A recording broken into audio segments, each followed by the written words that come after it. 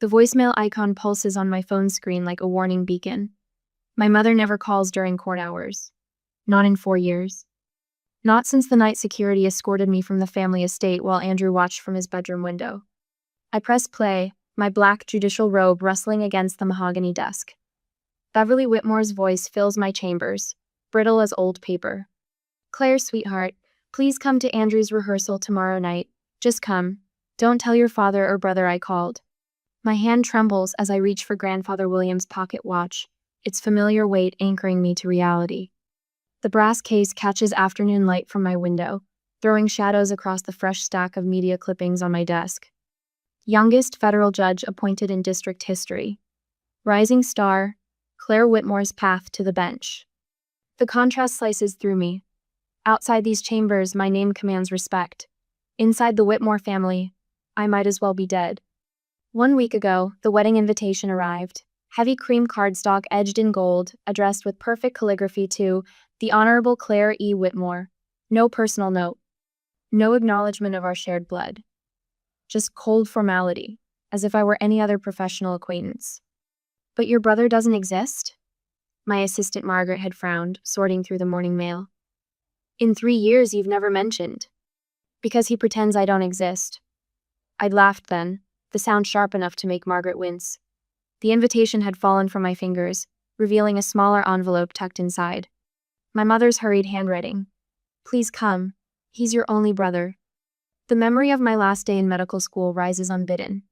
I stand again in the anatomy lab, staring at the cadaver before me. The formaldehyde stench fills my nose, but it's not what turns my stomach. It's the weight of generations of Whitmore doctors pressing down on my shoulders, suffocating me with expectations. "I can't do this anymore," I whisper to the empty chamber now, echoing my words from that day. "I want to save people with justice, not scalpels." My father's response had shattered the crystal wine glasses on our dining room table. "No Whitmore has ever abandoned medicine. You'll destroy everything we've built." "Then I guess I'm not a Whitmore anymore." The words had fallen from my lips before I could stop them. Richard Whitmore's face had purpled with rage. "You have until morning to change your mind.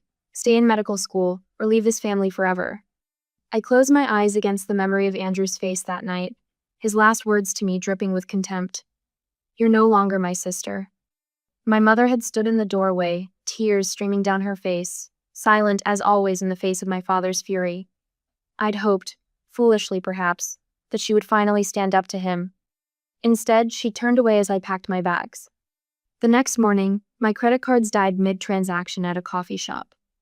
By afternoon, security had cleared out my apartment and the family wing of the estate. That night, I checked into the Parkview Motel, $75 a week, the springs of the mattress digging into my back as I stared at the water-stained ceiling. Now I stand in my chambers, my fingers tracing the edge of my judicial robe. The heavy black fabric represents everything I sacrificed my family name to achieve. Everything they tried to deny me. My phone buzzes again. Another voicemail from my mother, her voice smaller this time, pleading. I lift Grandfather William's watch, remembering his last words to me before he died. A Whitmore's true legacy isn't in their name, but in their courage. The decision crystallizes, sharp and clear as justice itself. I'll attend Andrew's rehearsal dinner, not as the prodigal daughter seeking forgiveness, but as federal judge Claire Elizabeth Whitmore. They'll see exactly who they disowned.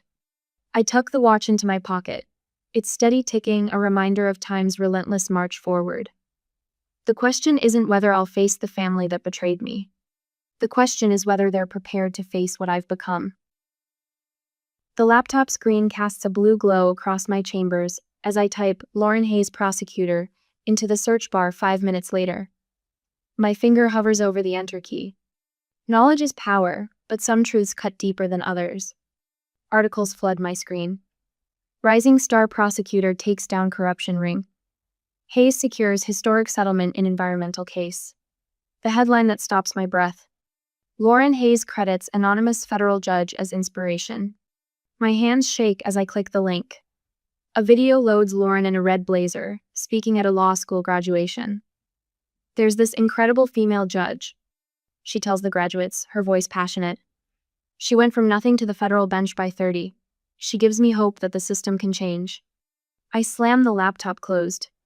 She's talking about me. My brother's fiancé idolizes me, and she doesn't even know I exist. The irony twists in my stomach like a knife. While Andrew told Lauren I dropped out and disappeared, she's been following my career, building her reputation on the same principles of justice that made me an outcast. My phone buzzes. A text from Margaret. Judge Thompson called. You've been nominated for the Marcus Civil Rights Award. I lean back in my chair, Grandfather Williams' words echoing, true legacy is courage. The award nomination should fill me with pride. Instead, it fuels something darker: determination, mixed with 4 years of compressed rage. I was even more determined to show them who I became. Fire silk falls in clean lines, the color sharp as a blade against my skin. The saleswoman calls it elegant. I see armor. The alterations will take a week, she says. I need it the day after tomorrow. I meet her eyes in the mirror. Price is no object. She nods, then kindly takes my measures and asks me to take it off, to fix it. I write my name at the counter and the hour to come and pick it up, then leave the store. 10 minutes later, Judge Sarah Chen's voice crackles through my phone speaker as I drive home. You don't owe them anything, Claire. Show them exactly what they threw away. I know. My knuckles whiten on the steering wheel. But Lauren, she deserves to know the truth. The whole truth, Sarah agrees, including how they've used her. After the conversation was done, I went home, prepared dinner, took a shower, and took a final look at the cases before going to sleep. Tomorrow was a huge day for my family, but more for me. The courthouse halls echo with whispers as I walk to my chambers the next morning. My law clerk, David, intercepts me with a stack of briefs and an odd expression. Your Honor, did you know you're trending? That civil rights nomination, the whole legal community is talking. Fascinating timing. I scan the briefs, mind racing. David, what else have you heard about the Hayes family? He shifts uncomfortably. Lauren's father chairs the state medical board, the same board considering your father's appointment next month. The pieces click into place. A perfect family image to seal Richard Whitmore's ascension, my brother's wedding as the crowning jewel. My phone lights up with a text from my former professor. Whatever battle you're facing, your Columbia family stands ready. I trace my finger across Grandfather Williams' watch face, the glass cool against my skin. The second hand ticks steadily, marking time until the confrontation I've spent 4 years preparing for. During the lunch break that day, the cafe across from the courthouse fills with afternoon shadows. I sit alone, surrounded by case files as shield of work against the memories threatening to surface. A familiar voice cuts through the quiet. The wedding is our chance, Andrew tells someone. Once Dad's on the board, we'll have the influence too. I sink lower in my chair, but his words carry. Lauren's family connections, Dad's appointment. Everything depends on presenting the right image. My coffee turns bitter on my tongue. They're still weaving lies, still chasing power at any cost. The answer to their perfect facade sits in my chamber's 4 years of truth, documented and preserved. I pull out my phone, thumb hovering over my mother's number. The text forms itself. I'll be there tomorrow night, but not as the daughter you remember. The response comes instantly. Please, Claire, don't hurt your brother. I stare at those words until they blur. She still doesn't understand. The truth itself will do all the hurting necessary. David appears in my doorway, holding a file. Your Honor, there's something you see. Inside, a draft press release about the Whitmore family, prepared for after the wedding. My name appears once, buried in the final paragraph. Claire Whitmore continues her medical search abroad. The lie lands like a physical blow. While I built a life from nothing, they built a story to erase me, to protect their precious legacy. My phone fills with messages of support. Judge Thompson, need backup at this rehearsal? My old professor, you were always meant for greater things than they planned. The courthouse staff, not knowing details but sensing the storm. We've got your back, Your Honor. The watch sits silent on my desk, its stillness a reminder. Time doesn't heal all wounds. Sometimes it just gives them space to become weapons. I pack my briefcase slowly, deliberately. Inside, the dress box, the documented lies. Everything I need to shatter their carefully constructed facade. Tomorrow, they'll learn what it truly means to face justice. Later that day, the setting sun paints my chambers in shades of fire. I stand at the window, sapphire dress laid across my chair like a battle flag. 4 years ago, they forced me to choose between their legacy and my truth. Tomorrow, Lauren Hayes will face the same choice. Let them see what their rejection built. Let them watch their perfect image crack and shatter. Let justice be served. The following day, the River Valley Country Club looms before me, windows blazing against the twilight sky. My sapphire dress whispers against my legs as I stride through the brass-trimmed doors, chin high. The familiar scent of lemon polish and old money fills my lungs. Conversations falter as I enter the grand ballroom. My heels click against marble, each step measured and precise. Father stands near the champagne fountain, lifting a crystal flute to his lips. The glass freezes halfway. His eyes widen, recognition crackling across his face like lightning. Andrew's back is to me, but I see the moment he notices the ripple of whispers. His shoulders tense beneath his tuxedo jacket. He turns, fighting to maintain his plastic smile as guests murmur about the striking stranger in their midst. Mother appears from behind a flower arrangement, her face crumpling. She takes one step toward me before Father's hand closes around her wrist. She retreats into herself, a skill perfected over 30 years of marriage. Lauren stands near the gift table in her cream cocktail dress, her prosecutor's confidence evident in her straight spine and steady gaze. My heart pounds as I approach her. This moment will define everything. Your Honor! Lauren's face lights with genuine warmth. I can't believe you came. A champagne glass shatters somewhere behind me. The room goes silent, the crack of crystal against marble echoing off the coffered ceiling. I meet Andrew's eyes as the color drains from his face. His worlds are colliding, and he can't stop the crash. I wouldn't miss my only brother's rehearsal. My voice carries in the silence, steady as a judge's gavel. Lauren's smile falters. She glances between Andrew and me, confusion dawning in her eyes. Wait. Her hand flies to her mouth. You're the sister Andrew said opted out and disappeared? Lauren, please. Andrew steps forward, hands raised. It's complicated. Is that what he told you? I keep my tone measured, the same one I use when addressing lying witnesses. That I couldn't handle medicine? Phones appear like fireflies around the room, guests sensing the unfolding scandal.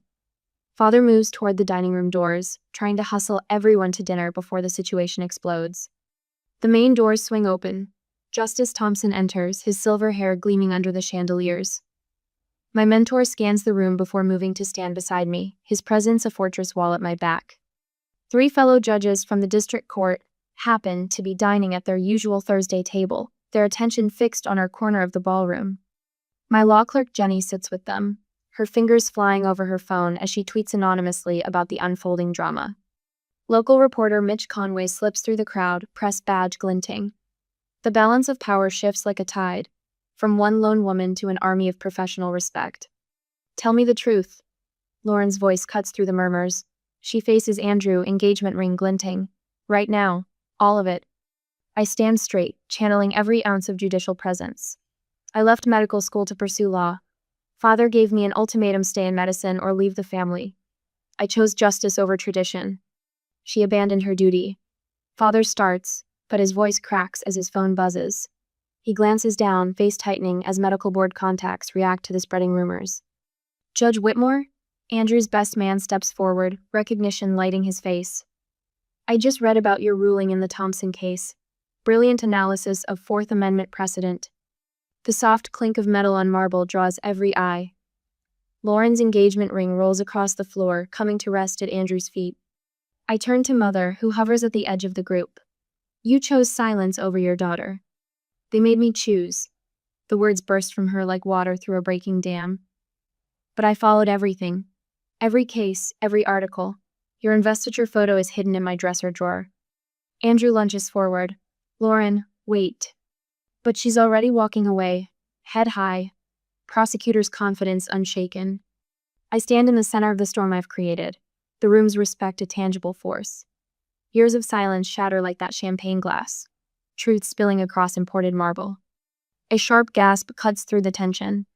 Father clutches his chest, staggering against a pillar. His face contorts, whether from genuine distress or calculated manipulation, I can't yet tell. But I'm no longer the one who has to make that call. I am Judge Claire Elizabeth Whitmore, and I've already rendered my verdict on this family's crimes. The only question is whether they're prepared to face their sentences. The thud of my father's body hitting marble echoes through the River Valley Country Club. For a split second, no one moves. Then training kicks in both kinds. The doctor I almost was and the judge I became merge as I assess the situation. Clear the area. My voice carries the authority of the bench. Guests shuffle back, creating a circle around Richard Whitmore's crumpled form. Andrew stands frozen, his medical degree worthless in the face of family crisis. His hands tremble as he stares at our father's pale face. 4 years of pretending I don't exist, and now he can't even remember his Hippocratic oath. I drop to my knees beside my father, pressing fingers against his carotid. The pulse flutters irregular but present. His skin feels clammy, but his breathing sounds clear. No signs of performance then. This cardiac event appears genuine. Someone call 911, I command, then glance at the hovering waitstaff. Bring the club's AED. Now. Lauren springs into action, phone already at her ear. She was just about to leave when my father collapsed, so she rashly came in again. My almost sister-in-law, the prosecutor who never knew I existed, handles emergency dispatch with courtroom precision. At least Andrew chose one competent family member. The AED arrives as sirens wail in the distance. I cut through my father's custom shirt with the scissors from the kit, exposing his chest. The irony slices deeper than any scalpel the daughter he disowned might save his life. Stand back, I warn, placing the pads. The machine analyzes, but no shock advised. I begin compressions, counting silently. Andrew still hasn't moved. Some doctor you are, his best man mutters, and whispers ripple through the crowd. Paramedics burst in, and I brief them with clinical detachment. Richard Whitmore, 65, possible MI, lost consciousness approximately 4 minutes ago. No prior cardiac history I'm aware of. I step back, letting them work. My mother clutches my arm. Claire, thank God you were here. I don't shrug her off, but I don't lean in either. Someone should ride with him. I'll go, Andrew finally speaks, color returning to his face. No, Dr. Roberts, Chief of Surgery at Mercy General, steps forward. I'll accompany Richard. You're clearly in no state, Andrew. More whispers. The Golden Boy's reputation tarnishes by the second. 20 minutes later, at the hospital, dynamics shift like tectonic plates. Staff who normally defer to the Whitmore name now look to me for decisions. The emergency room doctor addresses her questions to Judge Whitmore rather than Andrew. Your father's stable, she informs me. The catheterization lab is ready. Lauren corners Andrew near the coffee machine. A sister? A federal judge sister you never mentioned? It's complicated, he stammers. Complicated? Her voice rises. I praise her judicial opinions to your face. You watched me apply her precedents in court. My mother wrings her hands nearby until a nurse recognizes her. Mrs. Whitmore, we need to discuss your antidepressant prescription. Andrew's head snaps up.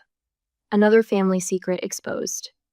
The hospital administrator appears, tablet in hand.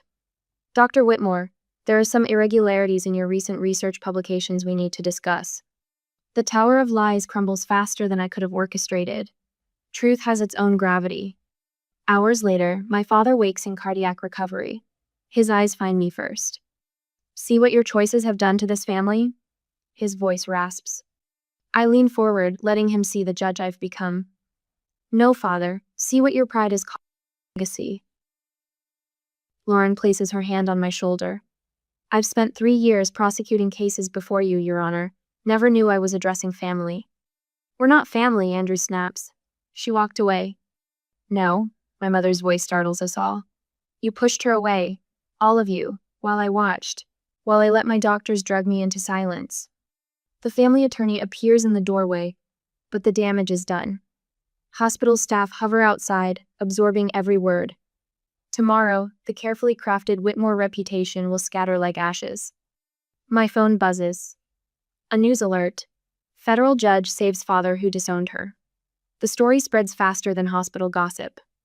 The medical board will want a statement, the attorney warns. I stand, smoothing my sapphire dress.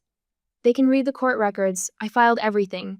Every letter, every threat, every canceled credit card. While you were building a medical legacy, I was building a case. Even the receipts from Mom's secret treatments? Andrew's face drains again. You knew? I paid them since the day I left. Check the records. Lauren's prosecutor instincts sharpen. What else don't I know, Andrew? His research papers, I say quietly. Check the citations, particularly the Jensen study. The attorney steps forward. Judge Whitmore, in the interest of family harmony. Family harmony? I lift my grandfather's pocket watch from my clutch.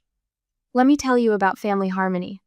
Did you help draft the documents when my father secretly married his department head last year, while still married to my mother? The room freezes. My mother sinks into a chair.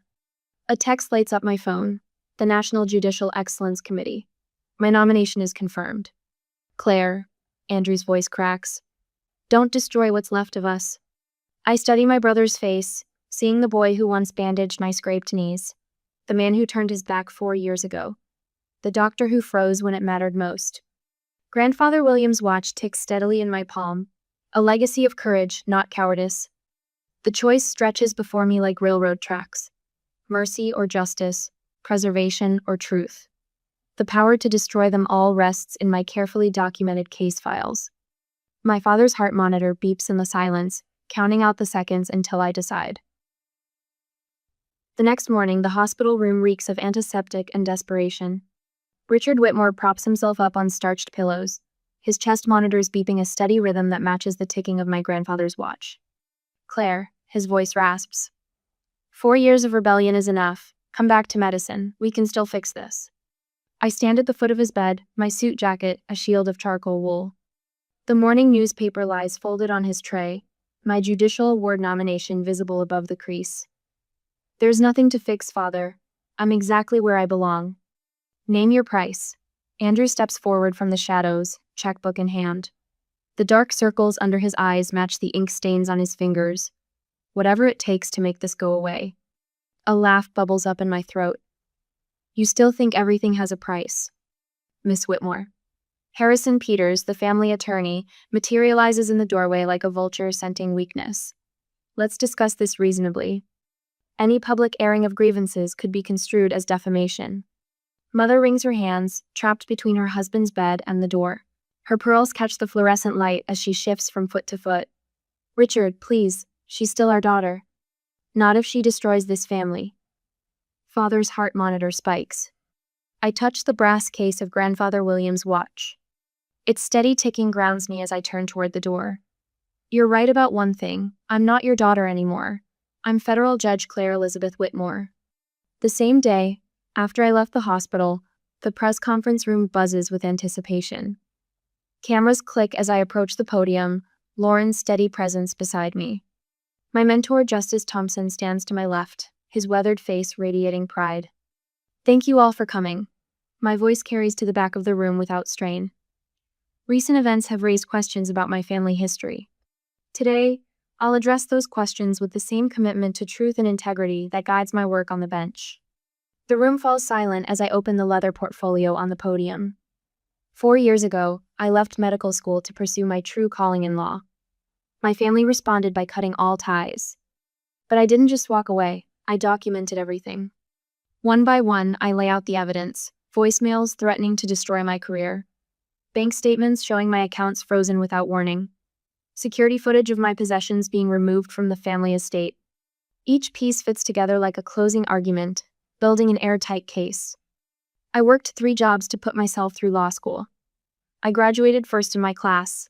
I earned my position through merit, not family connections. And today, I pause, letting the moment build.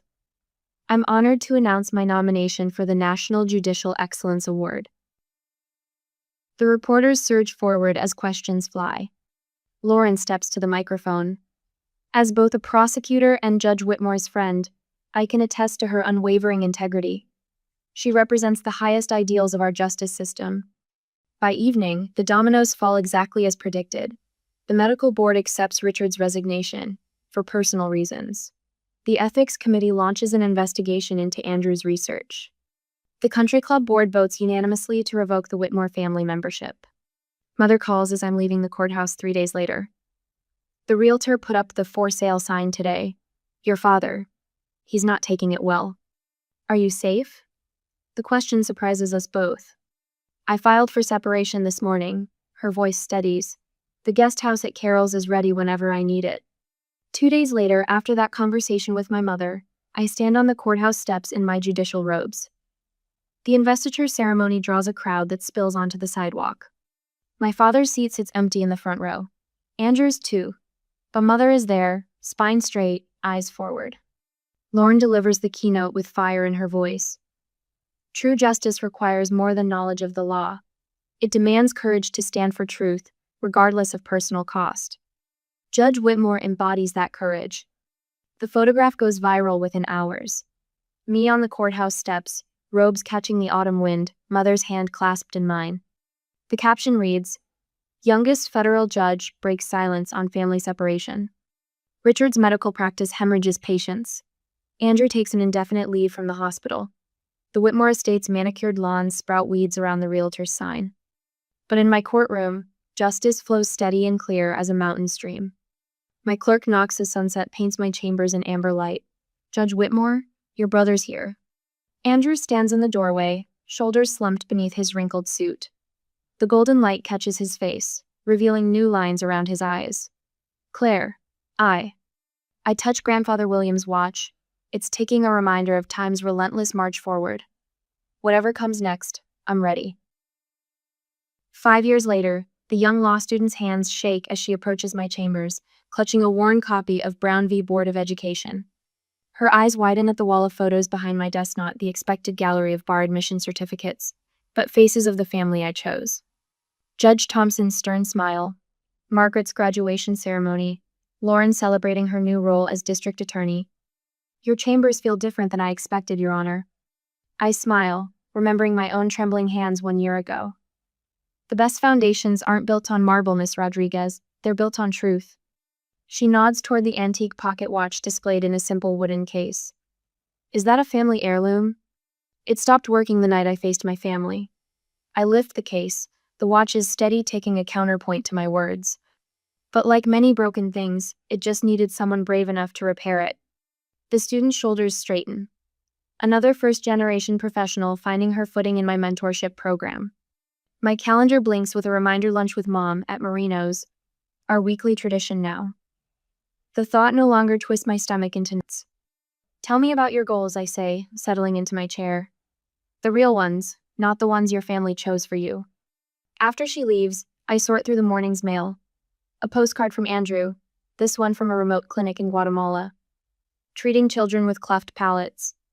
Their smiles remind me of how you always saw past surfaces to deeper truths. Thank you for teaching me that lesson, even when I fought it. The invitation to speak at Johns Hopkins Medical School sits unopened. Dean Richardson's note mentions inspiring future doctors to question inherited paths. I pick up my phone, thumbing past photos from last month's judicial awards ceremony to find Mom's number. "They want me to speak at the medical school," I tell her when she answers. Full circle moment.